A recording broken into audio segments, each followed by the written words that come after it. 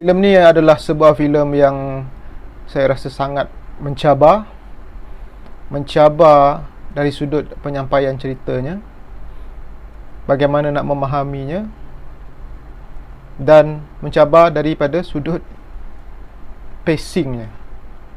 Hey guys, what's up? Assalamualaikum, selamat datang ke Bob Perspective.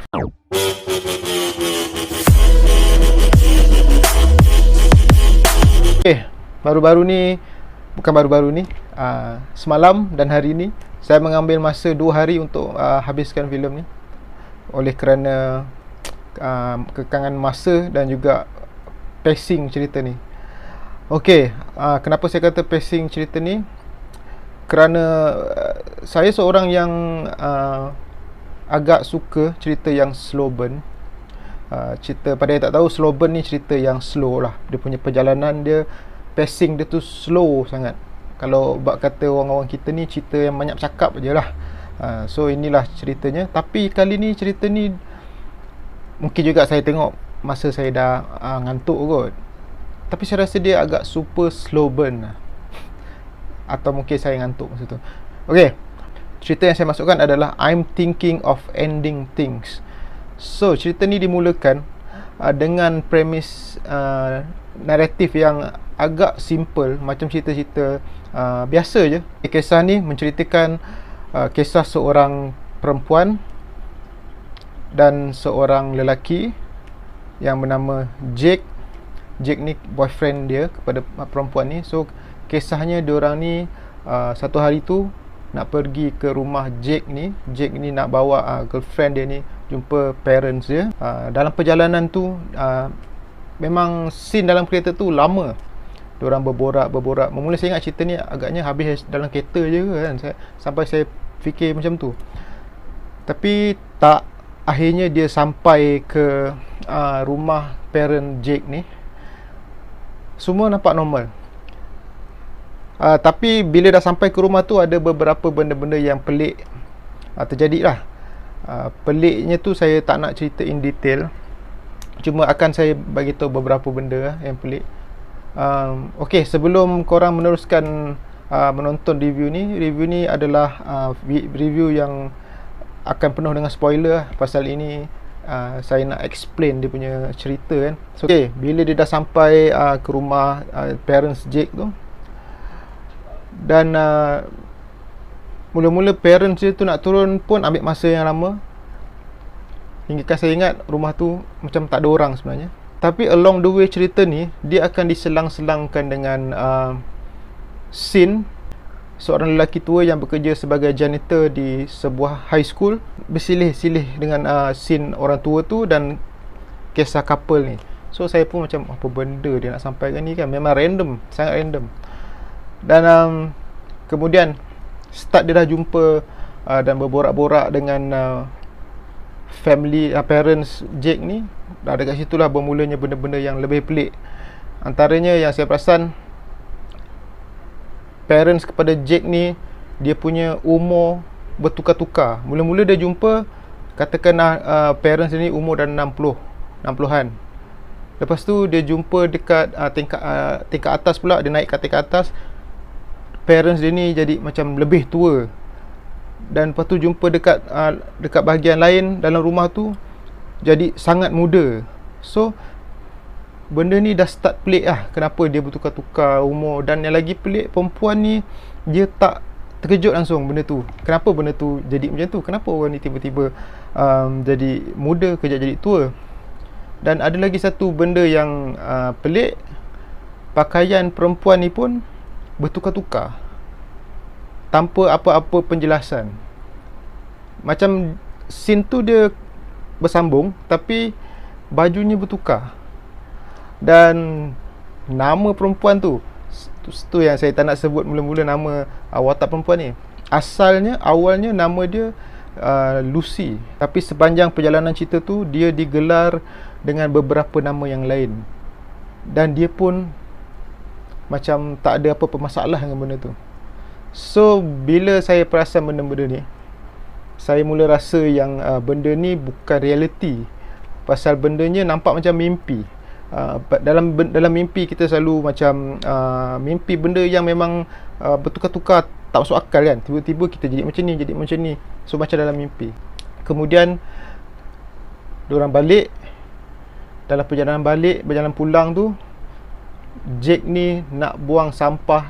Oh tak, dia pergi beli aiskrim. Satu tempat dessert jual aiskrim, dia beli. Dan dia jumpa 3 orang pekerja, 2 orang perempuan yang gelak-gelakkan dia. Yang seorang tu macam budak nerd, nampak macam baik dan layan dia dengan baik. So Jake ni macam tak suka dengan yang perempuan 2 orang ni. Dia macam, so memang kita tak tahu kenapa ni, apa. So memang saya nak cari dia punya, nak sambung dia punya dot-dot ni. Memang masa tu blur. Diorang sambung perjalanan, dan bila dah habis aiskrim tu, dia nak buang cawan aiskrim tu. Dan Jack ni bawa perempuan ni pergi ke sekolah lama dia, yang tiba-tiba ada dekat tengah-tengah perjalanan, yang ikutkan memang tak logik lah. Macam tengah-tengah highway kita balik kampung kan, lalu kat kawasan-kawasan hutan, tiba-tiba masuk satu lorong, ada sekolah kat situ. Jake masuk dalam sekolah tu, dia hilangkan diri. Ada benda lah yang terjadi, dia masuk, dia hilangkan diri. Perempuan tu lama tunggu dalam kereta. Lepas tu dia pergi cari Jake ni. Dia tak jumpa. Tapi dia jumpa lelaki tua yang saya ceritakan tadi, yang dia punya scene bersilih ganti. Tapi antara kisah orang tua ni, scene orang tua ni dengan scene couple ni nampak berbeza. Pada awal tu scene orang tua ni nampak dia realistik, scene yang biasa, macam benda-benda biasa yang dia buat. Tapi scene yang couple ni dia nampak macam saya cakap tadi, macam mimpi, macam pelik. Tapi kali ni dia berjumpa orang tua tu. Dan lepas tu adalah terjadi macam tiba-tiba diorang menari lah, macam satu persembahan teater. Dan saya dapat tahu yang tarian tu adalah salah satu daripada persembahan daripada teater Oklahoma, yang ada Jake mention awal-awal dia suka pada teater tu.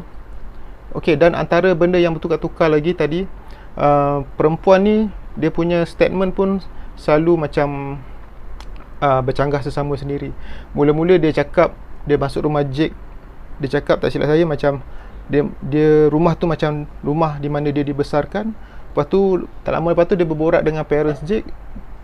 Dia kata dia duduk rumah apartment. So benda tu bercanggah, dan nama dia bertukar-tukar, baju dia bertukar-tukar. Dan kemudian ada satu scene tu, perempuan ni dia tengok frame gambar dekat dinding, gambar seorang budak masa kecil, budak masa kecil lah, gambar yang gambar lama lah. Dan dia tanya Jake, ni siapa? Jake kata itu dia masa kecil. Dan perempuan tu kata, ini gambar aku masa kecil ni. So memang benda ni mula-mula saya, apa benda ni kan, cerita ni kan, apa yang dia nak sampaikan ni. Rupanya apa yang saya boleh simpulkan daripada ada clue-clue yang ditinggalkan, atau hint-hint yang tinggalkan, yang saya boleh, ini saya tak tahulah sejauh mana betulnya ke tak. Sebenarnya orang tua yang bekerja dekat sekolah tu adalah Jake sebenarnya. Jake yang sudah tua.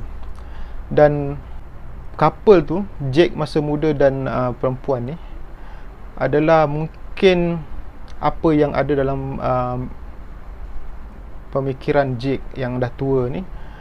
Mungkin apa yang dia impikan untuk terjadi, mungkin dia ataupun memori lama dia bercampur baur, dan jadi satu penceritaan dalam otak dia je. So perempuan ni memang tak wujud, dan sebab tu benda-benda tu tadi semua terjadi. Nama dia bertukar-tukar, dan baju dia bertukar-tukar, dan benda-benda pelik yang terjadi. Kenapa kejap mak dia muda, tua. So benda tu berlaku mungkin sebab memori lama dia tu bercampur-campur. Mungkin ada memori yang mak dia masa muda cakap satu benda ni, tiba dia bercampur dengan memori dia bercakap dengan mak dia semasa tua. So dia dah bercampur. Dan mungkin perempuan yang dibayangkan atau girlfriend yang dibayangkan, sebab ada beberapa nama, mungkin diorang ni memang wujud sebelum ni dalam hidup dia. Dan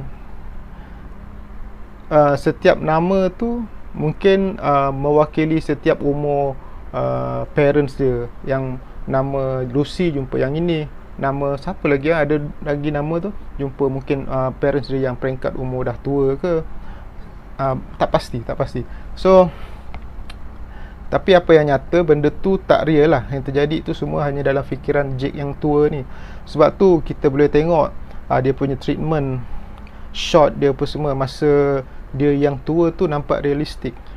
Dan pekerja dekat kedai aiskrim yang 3 orang, yang 2 orang dia tak suka tu sebenarnya adalah budak perempuan dekat sekolah yang dia bekerja tu. So budak perempuan ni macam kira budak-budak perempuan yang golongan famous kat sekolah lah, yang suka gelak-gelakkan orang dan suka nak bahan-bahan orang. So dia selalu mengejek Jake ni dekat sekolah lah. Yang perempuan lagi seorang tu pun pelajar sekolah tu juga, yang pekerja kedai aiskrim tu. Tapi saya tak faham sangat kenapa apa yang disampaikan untuk bahagian tu, saya tak berapa faham. Mungkin kalau anda boleh tolong saya untuk jelaskan, okey, lebih bagus. Dan di akhir cerita ni kena dengan tajuk dia, dalam sepanjang cerita ni dia watak perempuan tu okey. Sebelum tu, masa dalam perjalanan pergi, kita boleh tengok Jake ni, dia boleh tahu apa yang watak perempuan tu fikirkan. Perempuan tu cakap dalam hati, dia boleh dengar. So jadi kat sini kita boleh simpulkan yang Jake dengan Lucy ni adalah orang yang sama. Dialah perempuan tu juga. Dan so dia cakap, dia pun tahu apa yang perempuan tu cakap. Okey, bersambung pada tajuk dia tadi, sepanjang perjalanan tu perempuan tu keep on bercakap dalam hati dia, I'm thinking of ending things. Macam dia nak menamatkan sesuatu kan. Macam mula ingatkan dia nak menamatkan relationship dia dengan boyfriend dia. Memang dia cakap benda yang dia ada mention juga, nak menamatkan relationship dia dengan Jake tu apa semua. Tapi bila saya rasa tajuk ni dia bawa pada satu maksud yang lebih besar, adalah Jake tu sendiri yang dah tua tu, dia dah sampai ke satu tahap hidup dia yang dia tak boleh nak pergi mana-mana. Dia stuck kat situ je. So dia kata macam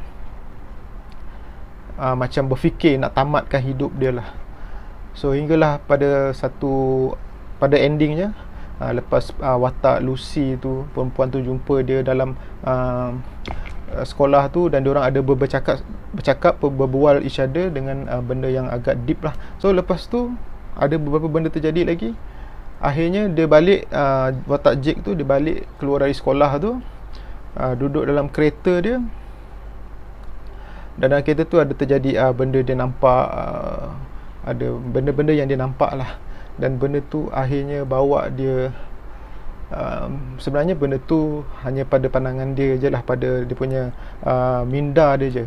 Apa yang terjadi sebenarnya adalah, bila kita lihat pada ujung filem, ada satu kereta yang dah diseliputi salji, dah penuh tutup salji, dan kita boleh nampak itu adalah kereta Jake yang tua tu. Dia bawa satu pickup truck. So kita boleh nampak shape dia tu adalah shape pickup lah.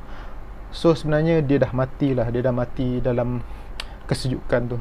So mungkin itulah yang cuba disampaikan. Saya pun tak berapa faham sangat apa dia punya message utama filem ni, sebab saya belum mencapai pemahaman yang begitu rumit. So ada yang kata filem ni simple, cerita je straightforward. Saya straightforward. Kalau baca ni straightforward, saya tak tahu kalau dia tengok cerita apa yang kata bukan straightforward. Mungkin storyline-nya tu selalu cerita yang heavy. Storyline memang simple je, tapi dia punya terjemahan, penyampaian cerita tu yang buatkan dia tu susah nak difahami. Premis dia selalunya simple je, kisahnya ini, tapi macam mana disampaikan kepada audience. So macam ni daripada pengarah Charlie Kaufman, dia memang kali ni dia bawa cerita ni betul-betul, dia push betul-betul lah Kalau kau jenis yang tak faham, memang tak faham lah. Kalau yang cuba faham sikit-sikit macam saya, faham lah sikit-sikit. So kalau pada anda yang dah tengok filem ni tak faham, mungkin itulah penjelasan yang boleh saya tolong sikit-sikit. Dan kalau ada yang nak betulkan atau nak tambah apa-apa dekat ruangan komen, boleh tambah. Pada yang tak nak rasa depressed, jangan tengok lah cerita ni. Kalau korang rasa korang tak suka Vivarium, cerita ni pun korang tak akan suka lah. Ini lagi, saya rasa lagi mencabar daripada Vivarium. Vivarium saya boleh hadam straightforward lagi. Yang ni saya kurang lah. So untuk cerita macam ni saya tak berapa berbelah bagi sebenarnya. Tak tahu nak rate macam mana, nak bagi bintang ke apa. So saya decide untuk tak bagi bintang sebab saya pun confused. That's about it. Terima kasih kerana menonton. Assalamualaikum. Peace out.